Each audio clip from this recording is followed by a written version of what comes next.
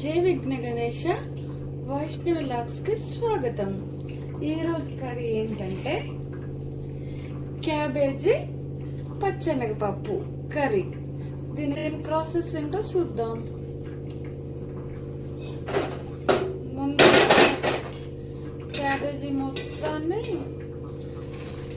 Curry చేసుకునే గిన్నెలో వేసేసుకోవాలండి.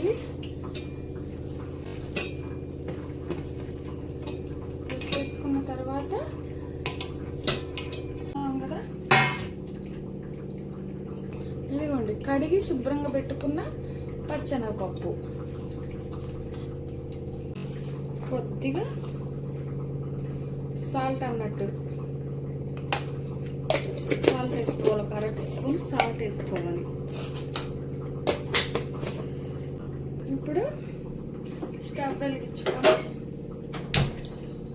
గిన్నె పెట్టుకొని సిమ్లోనే మగ్గనిచ్చుకోవాలి. ఇప్పుడు మూత తీసుకొని సరే మగ్గిపోతూ ఉండాలన్నట్టు. కొంచెం ఆవాలు, 2 మెంతులు, ఒక చిన్న చిటికెడంత పసుపు. నేను తాళం గింజ వేసుకోవట్లేదండి, ఎందుకంటే పచ్చెనగపప్పు వేసా కదా. జీలకర్ర,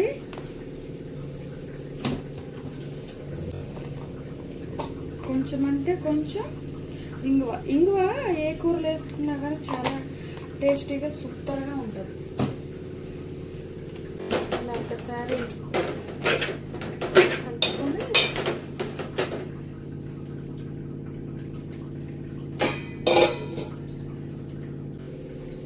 కొంచెం అల్లం పేస్ట్, కొంచెం అంటే కొంచెం అల్లం పేస్ట్,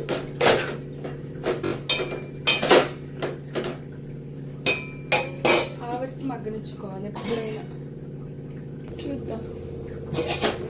చూసారా ఎలా నుంచి ఎలా వాటర్ వస్తున్నాయి.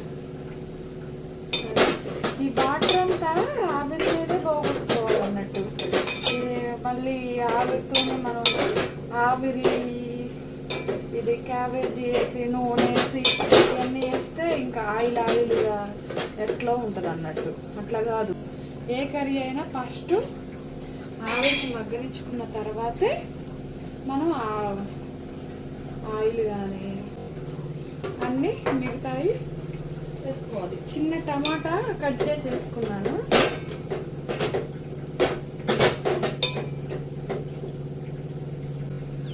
చాలా బాగుంటుందండి వేడి వేడి అన్నంలో.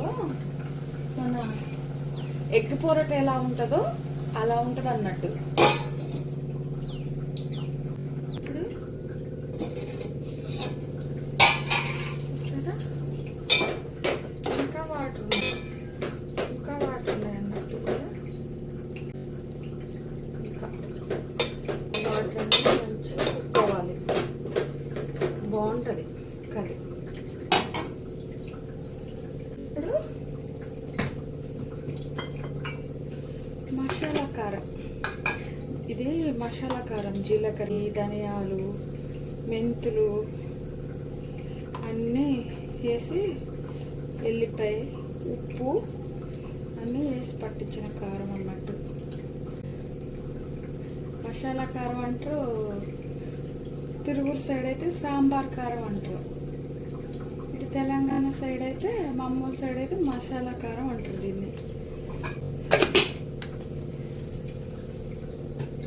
ఇది ఫ్రైల్లోకి పులుసుల్లోకి అయితేనే ఈ సాంబార్ కారం వేసుకోవాలి.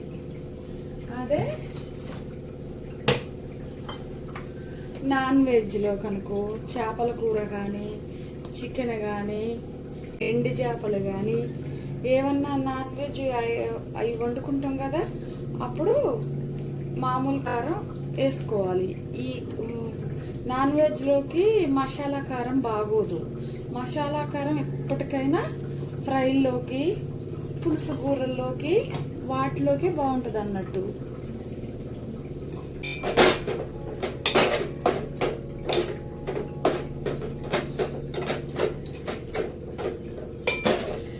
మూత తీసి వేసుకుంటేనే మసాలా కారం ఆ ధనియాల ఫ్లేవర్, జీలకర్ర, ఆవాలు, అవి మెంతులు, వెల్లిపాయ ఫ్లేవర్ వస్తుంది ఆ కారానికి. కాసేపు మగ్గనిద్దాం, చూద్దాం.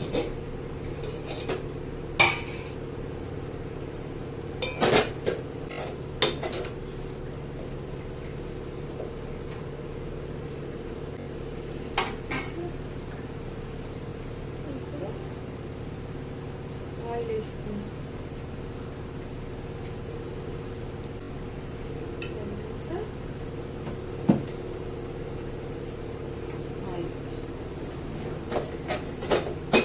తగినంత ఆయిల్ వేసుకొని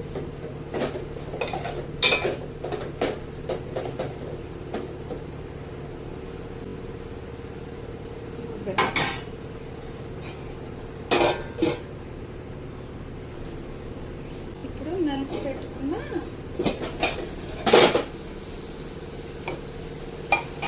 ఎల్లుల్లి ఒక 4 రేకులు నలిపి